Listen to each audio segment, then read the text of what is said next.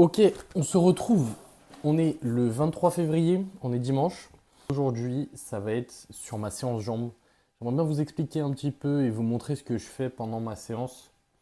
On va essayer un format un peu différent. D'habitude, je parle à la salle. Là, sur ma séance jambes, j'avais pas envie de mettre mon micro, d'avoir à expliquer tout ça. Donc, j'ai les vidéos de mon entraînement que j'ai prises à la salle, donc trépied, tout ça. Et je vais les commenter. Comme ça, je vais pouvoir vous donner un petit peu tous les détails, les conseils, s'il y a des tips, et qu'on regarde ça ensemble. C'est parti, on part sur le premier exercice du coup. Donc, premier exercice, c'est une machine adducteur. Donc, celle que j'ai donc dans le On Air de Carré Sénard, c'est une machine adducteur qui est réversible. Donc, elle fait adducteur et abducteur. Donc, les deux sens, je vous mettrai une image sur le côté. Moi, je suis pas fan de ce genre de machine parce qu'en fait, la tension, du coup, elle n'est pas optimale pour l'exercice que tu veux faire. Soit, en gros, la machine, elle est orientée pour faire les abducteurs, soit elle est orientée pour faire les adducteurs. Là, elle est plus orientée niveau tension pour faire les adducteurs, donc c'est un peu embêtant. Donc là, comme on peut voir sur la vidéo, je mets les pieds sur les cales les plus en avant parce qu'il y a une relation de tension entre la position de tes jambes et tes adducteurs. Plus tes jambes sont allongées, mieux c'est. Donc on peut voir qu'il y a le pad de ma cuisse gauche qui bouge et c'est putain de chiant. Mais bref, on fait avec, on fait avec. Donc sur cet exercice, j'essaie d'être le plus stable possible, d'aller chercher le plus d'amplitude possible. Vraiment, c'est ce qui est le plus important sur les adducteurs. Et surtout, je m'échauffe vraiment bien sur cet exercice dans le sens où je peux faire 4, 5, 6 séries avant d'envoyer ma première série de travail. Pourquoi? Parce que si tu te blesses aux adducteurs, c'est mort pour faire les cuisses, les jambes en général, que ce soit les ischios, etc. C'est un muscle stabilisateur. Si tu es blessé, c'est mort. Donc sur cet exercice, j'ai fait 3 séries. J'ai fait 3 séries à 85, 90 et 90. Et j'ai envoyé sur toutes les séries, j'ai envoyé plus de 10 reps, je crois. Donc j'aime bien aller chercher une tranche de rep assez élevée sur les adducteurs. Assez élevée. Au-delà des 10 toujours, on va aller chercher les 12-15, voir si la machine n'a pas le poids nécessaire, parce que souvent il y a des machines qui ne vont pas très haut. Je sais que celle-là, d'ici 2 semaines, je l'aurai maxée en termes de poids. Donc s'il faut, on peut aller chercher les 20 reps sans trop de problème. Donc ça, c'était mon premier exercice, ça fait un peu office d'échauffement.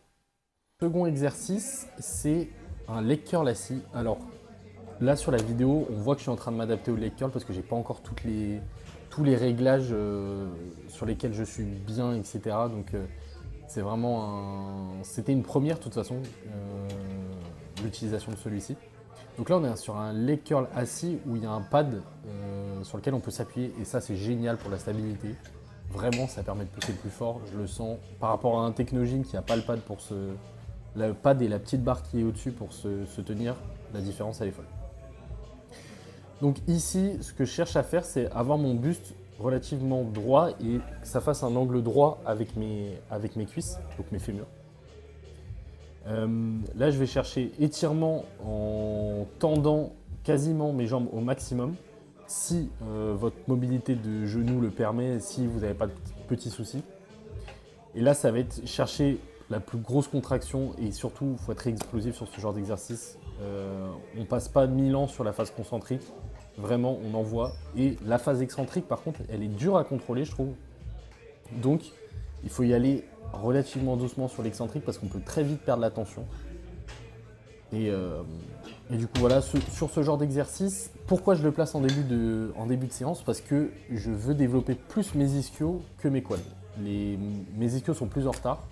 Donc je le mets au début et en plus pour votre santé de genou, c'est toujours pas mal de faire un exercice ischio avant d'aller envoyer un gros exercice comme, je sais pas, ça pourrait être un hack squat ou un belt squat, etc.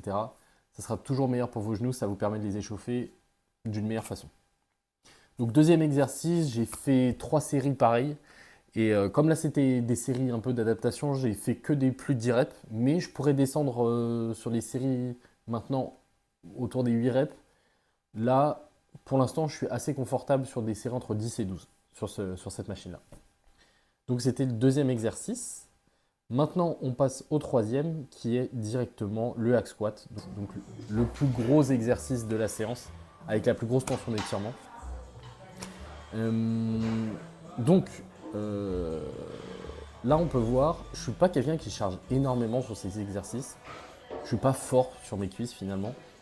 Euh, pour l'instant, enfin à ce moment-là, j'utilisais pas d'élastique parce que j'en ressentais pas le besoin, mais je sens que mes genoux commencent à tirer un petit peu et j'ai essayé une fois avec un élastique et c'est quand même pas mal sur les genoux. Forcément, je suis obligé de mettre plus de charge, mais si tu mets plus de charge avec un élastique, ça veut pas dire que tu fais de la surcharge progressive. Ça veut juste dire que l'élastique il t'aide. Clairement, c'est ça. Donc à partir de maintenant, je pense que je vais utiliser un élastique. Comme on peut voir, je prends mon temps pour me placer. Je veux vraiment être à l'aise pour pouvoir aller chercher une extension maximum, une amplitude maximum. Et donc, comme vous pouvez voir, ma flexion de genou, je ne peux pas faire plus. Vraiment, je vais chercher tout en bas. Mes genoux vont légèrement vers l'extérieur parce que je me sens plus en sécurité en faisant comme ça. Et aussi, on peut voir que j'ai des Romaleos, les Nike Romaleos, je mets la photo sur le côté. C'est des chaussures de weightlifting, de powerlifting normalement. Donc c'est des chaussures avec une petite talonnette solide.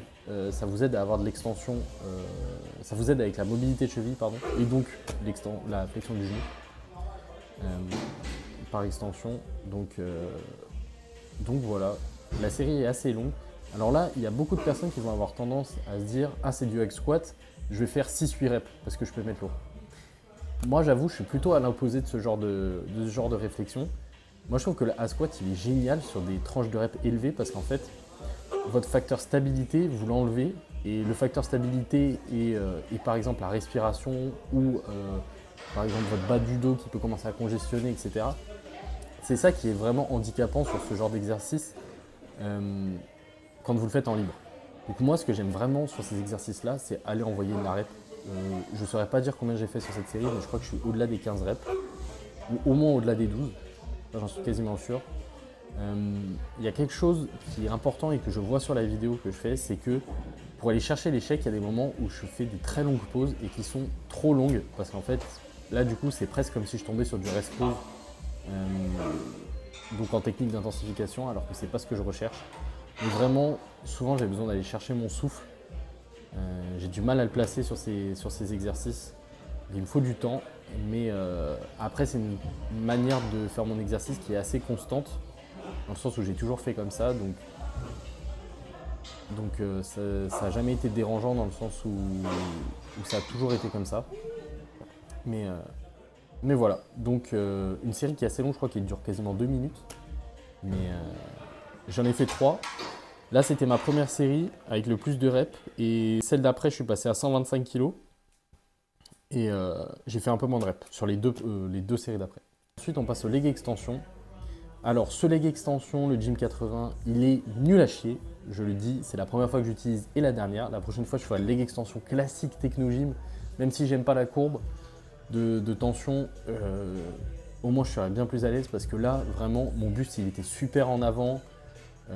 J'avais pas l'impression d'être capable d'avoir une extension, une flexion au maximum parce que le pad est trop épais. Enfin, je sais pas comment expliquer, mais le pad me gênait pour faire mon extension au maximum au moment où j'ai ma jambe tendue. Donc, et la tension est vraiment très particulière. Alors que normalement, sur un leg extension, je devrais avoir le buste vers l'arrière. Bah là, en fait, j'ai le buste beaucoup trop vers l'avant. Donc, je suis pas particulièrement à l'aise. Et en plus, je me trouvais pas très stable.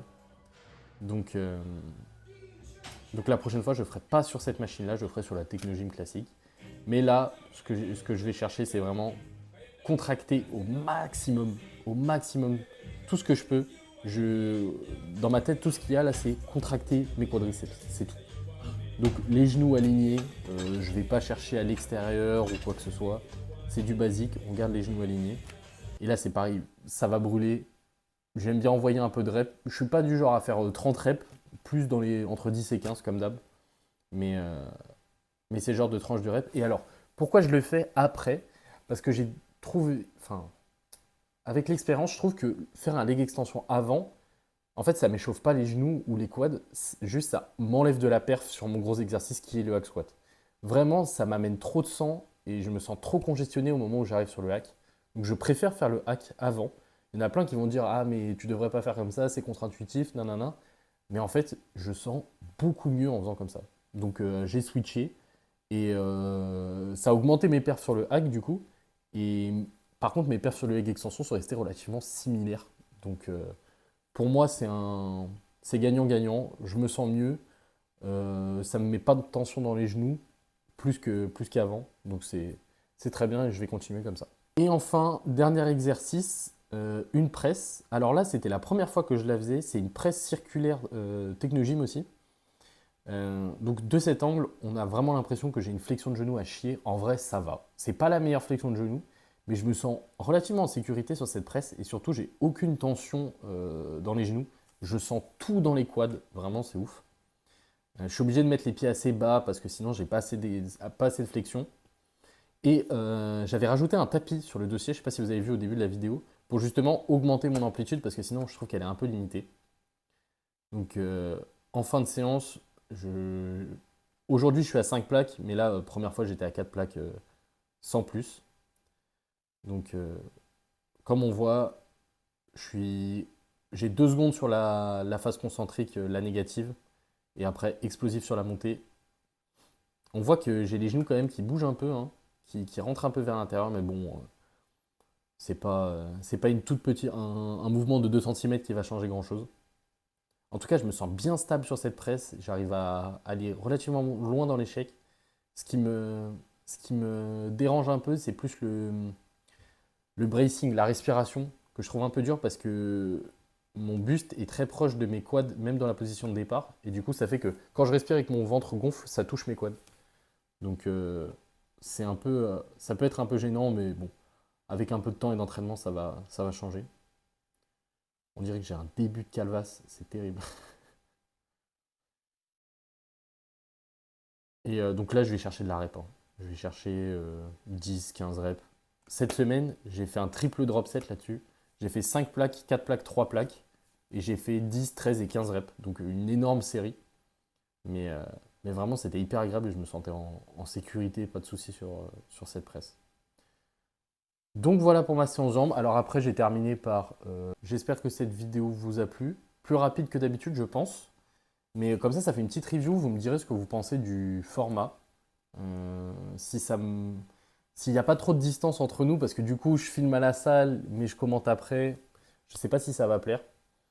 Mais pour moi, c'est beaucoup plus facile parce que comme ça, je suis posé à la maison et je dis pas n'importe quoi. Comme si en pleine séance, je peux raconter n'importe quoi parce que je suis dans mon truc et en plus, j'ai pas envie de sortir de ma bulle un peu quand je suis dans ma séance. Je sais pas si c'est s'il y en a qui comprennent ça, mais je préfère faire comme ça. Donc, petite photo peut-être ou vidéo de mes quads à la fin de la séance. J'étais bien pump. Bon, je suis pas sec, hein. Malheureusement, j'ai vraiment pas la gênée pour être sec du bas du corps. C'est comme ça. Mais plutôt content. Et on peut voir que j'ai pas un volume énorme. Je fais, j'ai une séance quad et une séance ischio par semaine. Et là, j'ai peut-être, au max, j'ai combien? J'ai 10 séries, 10 ou 12 séries au total. Donc en fait, c'est pas énorme en termes de volume, mais mes cuisses, elles ont vraiment explosé. Maintenant, là, ma programmation, elle va probablement changer parce que j'ai décidé de faire ma compétition en men's physique. Donc mes jambes ne sont pas jugées. Donc, je pense qu'on va passer sur seulement une séance jambes par semaine qui va englober ischio et quad. Et ça, je vous ferai une petite vidéo récap de ce qu'on met en place dans le nouvel entraînement. Et après, toujours les mêmes principes, hein. On s'entraîne dur, on va à l'échec et on progresse à toutes les séances avec le logbook, hein, le petit carnet sur lequel on marque ses performances. Ça, je le dis à tous mes coachés. Si vous regardez la vidéo, ayez un logbook. C'est hyper important parce que sinon, vous ne saurez pas si vous progressez ou pas. Et surtout quand on est débutant, pour moi, c'est hyper important. C'est parce qu'on ne connaît pas encore nos charges, on ne sait pas sur quel exercice on est à l'aise, etc. Donc, je ne le recommanderais jamais assez.